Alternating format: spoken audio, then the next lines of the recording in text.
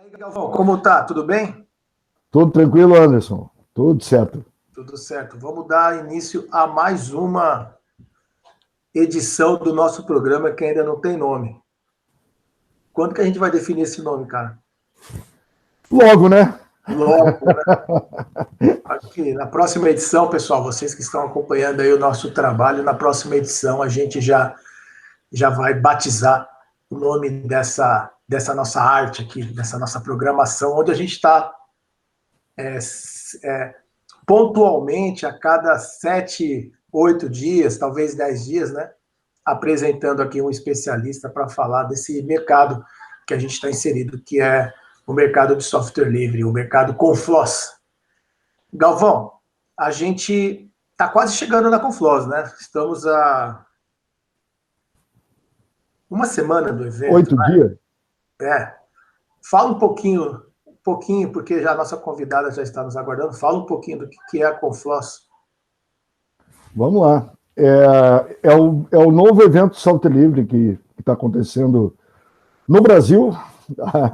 Então, nós tínhamos vontade há muito tempo de fazer um evento de software livre, e esse ano nós finalmente criamos vergonha na cara e botamos a mão na massa, né? Então, a Confloss, para quem ainda não conhece, para quem ainda não fez acesso, confloss.com.br, é um evento de software livre de 3 dias, ou basicamente 2 dias e meio, dias 21 e 22 e 23 de agosto, e vai ser um evento 100% online aí, devido à situação, né? Devido ao que você falou? Devido à situação. Devido à situação. Para não deixar as pessoas deprimidas, né, cara? Ficar lembrando Onde foi que dessa você pandemia do escutou isso, inferno. cara? Você escutou isso de alguém, isso não deve ser seu. Não é Não, é possível. meu. É meu, cara. É meu. É Mas, muito, ó, é muito ruim, cara. é livre, hein? É livre. Você pode usar sem pagar. Mas preciso citar, né? Preciso, Precisa dar crédito, preciso claro. dar o crédito. Tá certo. Galvão, não, legal, isso daí tá perfeito. Então, cara, gostei aí da situação e vamos chamar aqui uma pessoa muito especial, que é uma das palestrantes da Confloss 2020. Ela já está conectada aqui com a gente.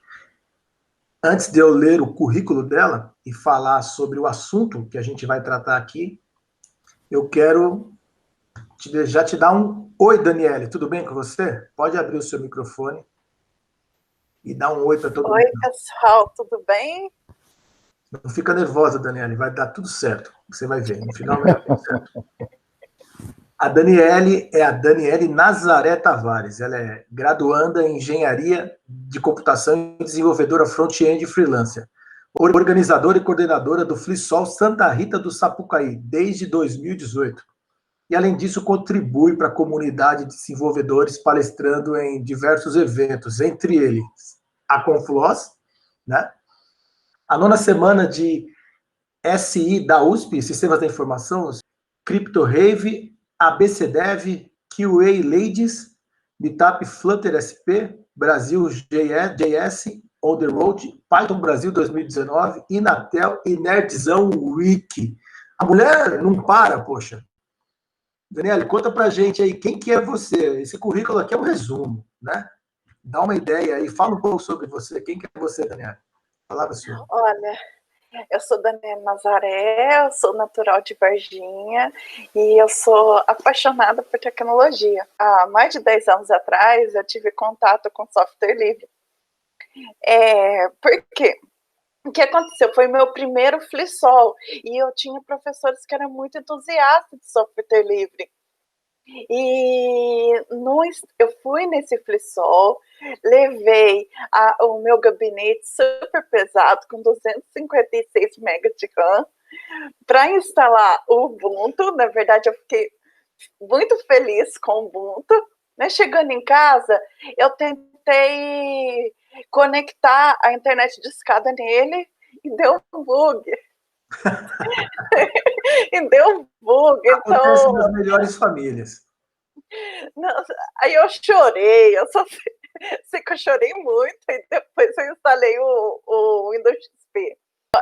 Sim, isso só foi uma fase, porque eu gostava do open source software livre, porque como eu tinha pouca memória, eles não pesavam tanto quanto os pacotes do Windows, o Adobe. E assim, eu gostava demais disso. Eu amava o GIMP, o LibreOffice, me ajudou bastante a não passar dor de cabeça.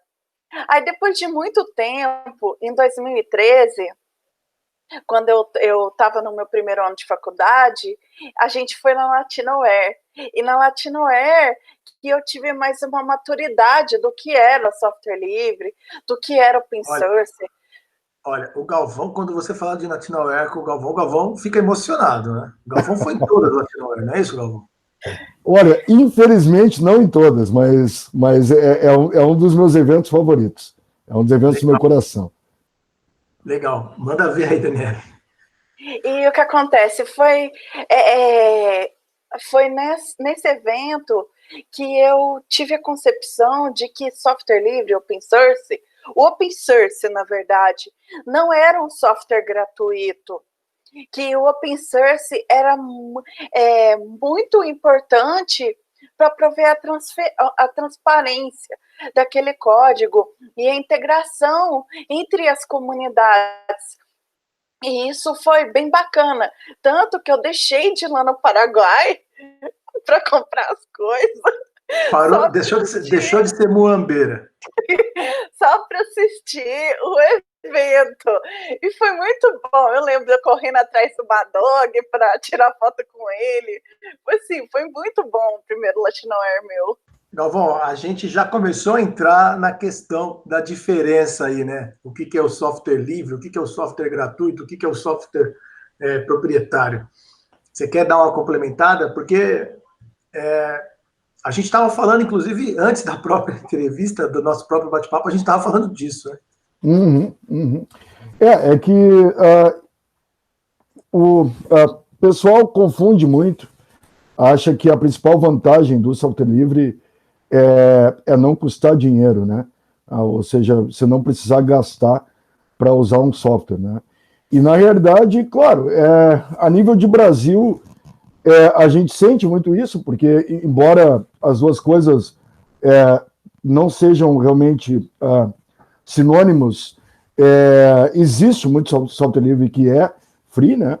Então, para nós, é algo que tem, claro, um certo impacto, mas a principal vantagem do software livre não é essa, né? A principal vantagem é a transparência, como a Daniele estava realmente falando, e justamente, portanto, o fato de você poder auditar, inclusive, o código e saber exatamente o que o software faz e o que ele não faz, né? Que é uma coisa que já causou muitos problemas no passado, inclusive, né? Microsoft já teve maus lençóis com esse tipo de coisa, Google também, Facebook nem se fala, né? mas é isso. Então, é isso aí. Daniele, a sua palestra vou falar aqui o título da sua palestra. Estamos todos abertos à área da saúde. Tecnologia open source versus medicina. E a gente está vivendo um momento que tem tudo a ver, né? Transformação digital, internet das coisas, 5G, tecnologia open source, Covid. Fala um pouco para a gente, como foi que você teve essa sacada, esse insight, de onde foi que você tirou essa palestra? Olha, era o seguinte, na verdade, o FliSol de 2020, eu estava preparando um conteúdo porque o FliSol, lá de Santa Rita do Sapucaí, é feito na Casa Viva, no projeto social do Inatel, e eu estava preparando conteúdo para mostrar o que tem de open source software livre para o pessoal da engenharia biomédica lá do Inatel. Então, foi aí que eu tive essa sacada. Aí eu procurei o que tinha de open source, software livre. Eu fiquei impressionada porque eu achei muita coisa. E essa era a palestra que eu ia dar nesse dia. Pena que não teve FliSol, porque o vírus se alastrou muito rápido. Então, foi bem triste, na verdade, não ter o FliSol, porque foi uma experiência muito bom lá para esse projeto social de Santa Rita do Sapucaí, financiado pelo Inatel, que é o Casa Viva. Mas, além de conhecer um pouco da comunidade aí de Open Source Healthcare Alliance, OSHCH, eu pesquisei muito, eu ando estudando um pouco sobre computação quântica também, e existe o Open Source Quântico, e eu pesquisei mais ainda, vi que existe Open Source para tudo hoje, Open Source para robótica, para cultura, para hardware, para educação, para agricultura, tem muita coisa. E eu concluí, lendo esses artigos, que o open source hoje já não é mais o código aberto.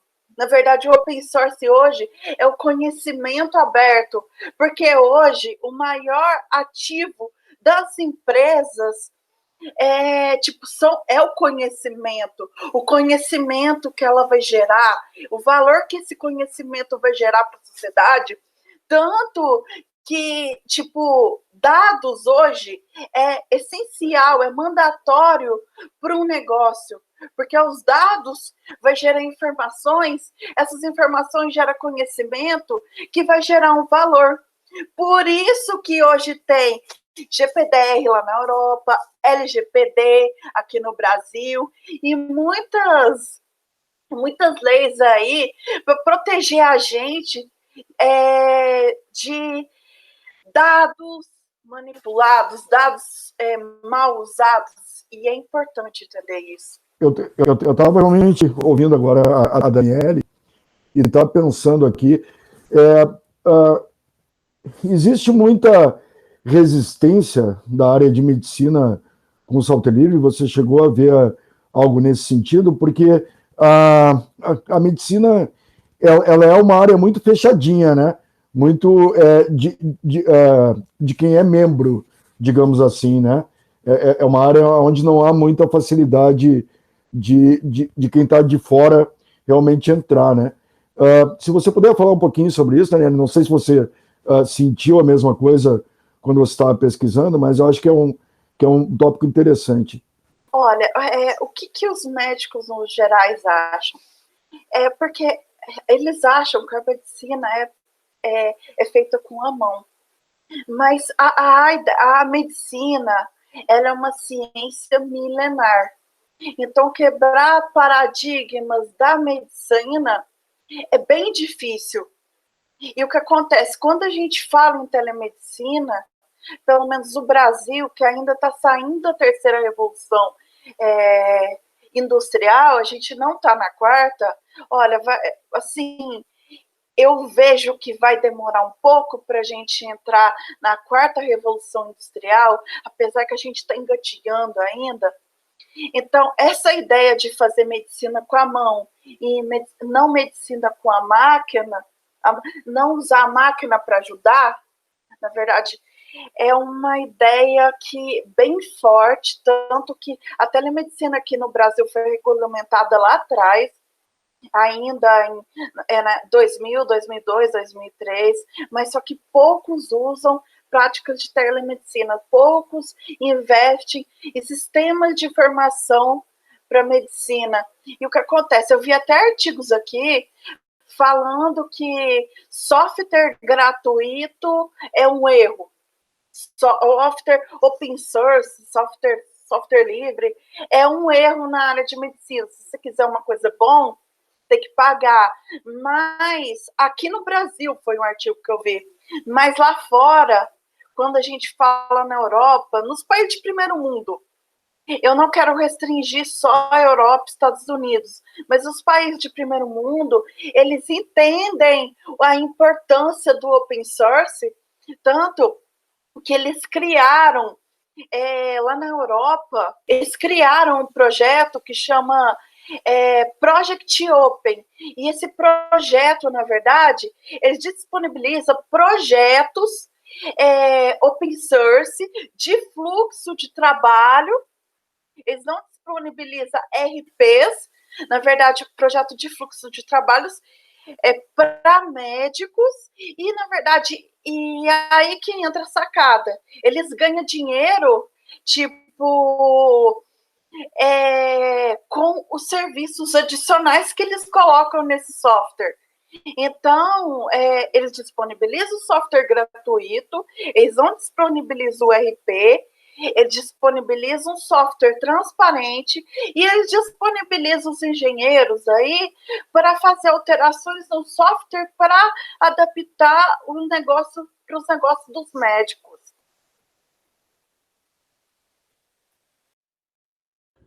Muito bom, legal. Eu gostaria até de retomar um pouquinho um assunto que a gente não falou, acho que do jeito mais abrangente. A diferença aí do que é o software livre, o que é o software gratuito. Você pode tocar um pouco nesse assunto, porque eu acho que a sua apresentação, um dos primeiros tópicos já fala disso já, né? Para dar uma contextualizada. Eu sei que às vezes, para a gente que está na área, que a gente fica falando disso toda hora, parece que já, puta, falar disso daí.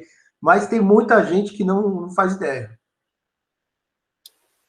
Na verdade, o que é um software open source? Um software open source é um software de código aberto, submetido a uma licença. Aí nessa licença a gente tem as restrições aí do que você pode fazer com o código. Às vezes você pode até comercializar o código, mas você tem que manter ele aberto. E a licença é o ponto principal para a gente entender o que é o software livre. Porque o software livre, ele é um software na qual a licença ela segue os graus de liberdade, né? Que é a gratuidade, o software aberto, o software não pode ser comercializado de jeito nenhum, e o software tem que ser acessível aí para as pessoas, entende? Não pode ter uma troca monetária ali. Até sobre essa parte de qual licença o software usa, é um tema bem interessante, né? Porque hoje nós temos, sei lá, talvez dezenas de licenças diferentes, cada uma contemplando algumas coisas e não contemplando outras, né? Então, até tem um site chamado choosealicense.org, né? Que ele ajuda você a pegar a melhor licença para o seu trabalho, que não é só software, a gente sabe, né? Mas de pegar a melhor licença para o seu trabalho de acordo com o que você quer fazer ou não fazer, né? Então, essa questão das licenças e quais delas são, digamos assim, verdadeiramente open source ou não, é um assunto até meio tumultuado, digamos assim, né? Então tem a GPL, aí fizeram a LGPL, e aí tem a versão 2, aí tem a versão 3, tem o pessoal que nem considera a versão 3 como válida, porque ela muda não sei o quê. Então, isso é um tema e uma questão de realidade de software livre que são bem interessantes, porque fazem parte do próprio processo da coisa toda se tornar mais madura, né? Ou seja, de nós realmente chegarmos a algum lugar e algumas conclusões com tudo isso, né? Legal. Daniele, você falou algo que eu achei bem interessante. Você disse que no Brasil nós ainda estamos engatinhando para chegarmos na quarta revolução digital. O que é estar engatinhando? Quanto tempo que você acha? Qual é a diferença de um país que está engatinhando para um país que hoje já está andando? Na verdade, é a maturidade, a concepção. Isso é muito importante. não só o Brasil, mas muitos países subdesenvolvidos ainda têm uma resistência aí com a quarta revolução industrial. E o subdesenvolvimento, ele dificulta, porque imagina só, muitas pessoas, elas não têm acesso à tecnologia. E o que acontece? O Estado também, ele não cuida de dar esse acesso para essas pessoas. Então, é uma coisa complicada, porque quando a gente está falando de tecnologia, a gente está falando de um bem global.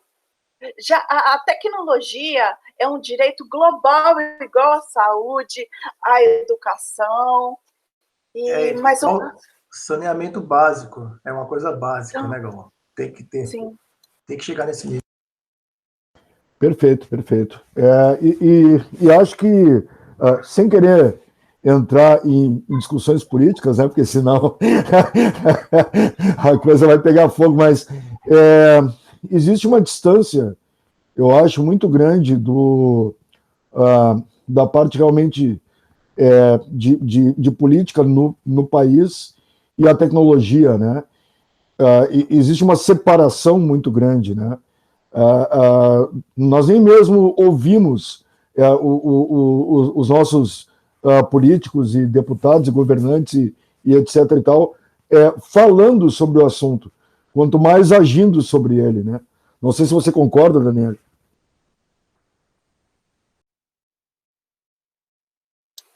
Há ainda uma resistência com a tecnologia, e é muito grande. Isso vai de geração para geração. A geração, o Brasil hoje está se tornando velho. As gerações, elas estão envelhecendo. E o que acontece? Essa geração tem maior resistência. Agora, a geração Nutella já é diferente. Com 5, 6 anos de idade, a criança, ela já pega o celular, por exemplo, e desmonta. Na verdade, não é nem desmontar. Ela já tem a curiosidade de saber o que tem ali por trás. Então, esse desafio faz ela querer buscar entender o que é tecnologia. É só um instantinho, eu quero só dar uma incrementada aqui no que eu falei sobre os 4 graus de liberdade do software livre. Então, as licenças de software livre, elas colocam esses 4 graus de liberdade em pauta nos documentos delas. Olha, a primeira é a liberdade de executar o programa com qualquer propósito. Você tem a liberdade de estudar o programa e melhorar ele. Você tem a liberdade de redistribuir código. Redistribuir, na verdade, cópias. Desculpa, código, cópias. E você tem a liberdade de aperfeiçoar o programa, corrigir bugs e aperfeiçoar o software. Bom, eu só queria realmente falar que essa questão toda dos 4 graus, eu acho que é uma coisa super interessante, porque ela está na base de tudo, né? E a gente não fala muito sobre isso, né? É que nós já sabemos de tudo isso há muito tempo, e, portanto, a gente considera meio que, todo mundo sabe disso, né? O pessoal já está meio cansado de ouvir falar sobre isso. E eu acho que é muito bacana a gente conversar sobre isso, e a Daniele realmente expor isso, porque a gente precisa levar isso para fora do software livre, né? E não se manter só no nosso mundinho, né? A gente tem que transmitir isso para fora, até, né, para que a gente possa combater essa questão toda que a Daniele estava realmente colocando, sobre esse preconceito, sobre essa resistência sobre essas coisas, né? Então, acho que fecha muito com o que a gente estava conversando aqui. Relembrando que a Daniele vai ministrar uma palestra na Confloss, e a gente já tinha até falado disso. Daniele, sem dar spoiler, fala um pouquinho o que você pretende falar na sua palestra. Depois a gente vai publicar a sua apresentação também, mas enfim, entrando já nas considerações finais, como que vai ser a sua palestra na Confloss? Na verdade, eu vou mostrar, eu estou na trilha de aplicações, eu vou mostrar como é usado aí os softwares e os hardwares aí para fornecer toda a aplicação, soluções livres aí, soluções abertas. Eu vou mostrar principalmente sistemas operacionais que têm a finalidade ali, distribuições que têm a finalidade para medicina. Eu também vou mostrar ferramentas aí e os principais desafios da telemedicina, porque quando a gente fala de tecnologia, a gente traz esse assunto bem para perto da gente. Telemedicina, que na verdade é um assunto um pouco polêmico por causa da tradição milenar que a gente tem da medicina, mas só que a gente pode quebrar parte desse paradigma, de que a IA vai substituir o ser humano, a máquina vai substituir o ser humano, aí o profissional ele já fica meio receoso. Na verdade, isso não vai acontecer. Eu não falo isso com autoridade, mas eu deixo um ponto de interrogação aí. Porque muitas características que o ser humano tem, a máquina não tem. O ser humano é passivo de criatividade, o ser humano é passivo de enxergar a longo prazo. Ele pode até errar, às vezes, não acertar igual as predições de inteligência artificial, mas ele sabe, ele entender, antecipar coisas que é inteligência artificial, assim, sabe fazer, mas no algoritmo pode ocorrer outliers que pode manipular de uma maneira ruim o resultado. E o que acontece? Há muitos demônios sobre esse assunto, mas o mais importante, a gente tem que desmistificar todo esse tema e já mostrar para os profissionais da área de medicina a importância da tecnologia no ambiente deles. Isso é essencial para a evolução da própria medicina. Porque, na verdade, esses rumores que a gente tem de que robôs de inteligência artificial vai substituir o humano, na verdade, são só rumores. Na verdade, eles vão complementar o nosso trabalho. Perfeito, perfeito. Eu acho muito bacana, porque garanto que tem muita gente que nem sabe que existe software livre na área médica, né? Então, eu acho muito legal que a Daniele ainda vai chegar apresentando casos, né? Apresentando aplicações que são realmente usadas. Então, realmente parabéns, Daniele, pelo tema e por essa abordagem.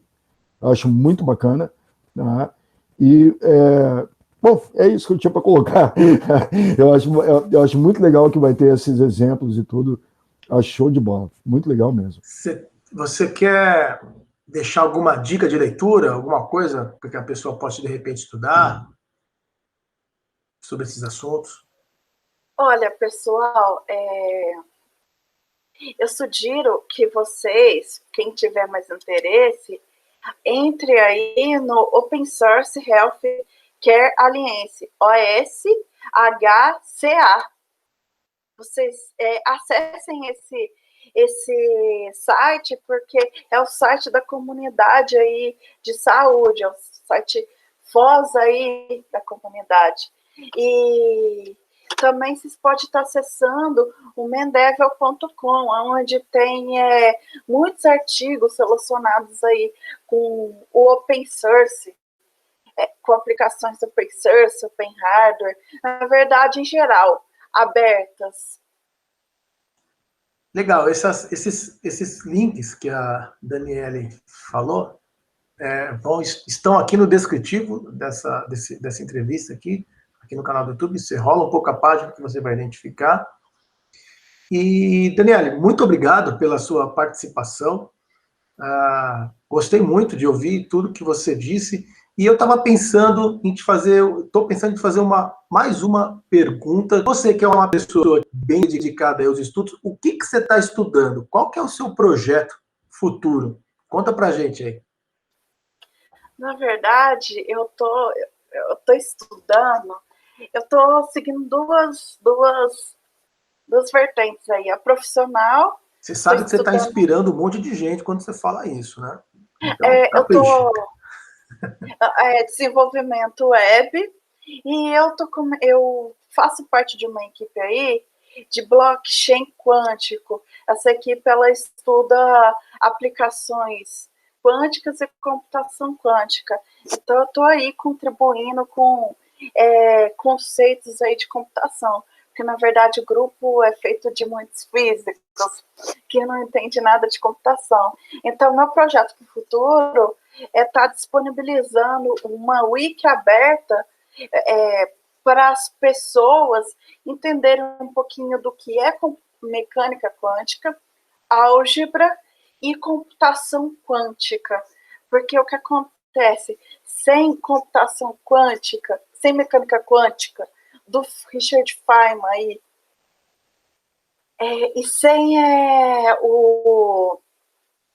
a álgebra, a gente não tem computação quântica, uma computação que vai revolucionar a vida nossa totalmente, principalmente a indústria 4.0. Eu falo do Richard Feynman porque ele foi quem deu os primeiros passos aí para as primeiras ideias de que a mecânica quântica pode ser usada para a manipulação da informação, processamento de dados.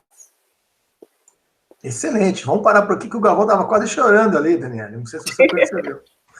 Feynman, cara. Feynman é tudo. É tudo. Legal, Feynman Galvão. é foda. Galvão, você quer fazer uma consideração final? A gente está encerrando. Uma consideração final? Participe da Conflose e vá assistir a palestra da Daniele, porque ela está arrasando. Tá? E é um tema não só super interessante e super tópico para esse momento que a gente está vivendo, mas que eu realmente acho que é super importante para nós como espécie, né? Como realmente futuro. Então, venha conhecer a Conflose, venha conhecer a palestra da Daniele e dos outros também, porque todas vão ser gravadas, então ninguém perde nada. E é isso, Anderson. Acho que eu já fiz jabá o suficiente nesse vídeo, né? Legal. Daniele, obrigado, tá? Obrigado mesmo. Foi excelente o nosso bate-papo.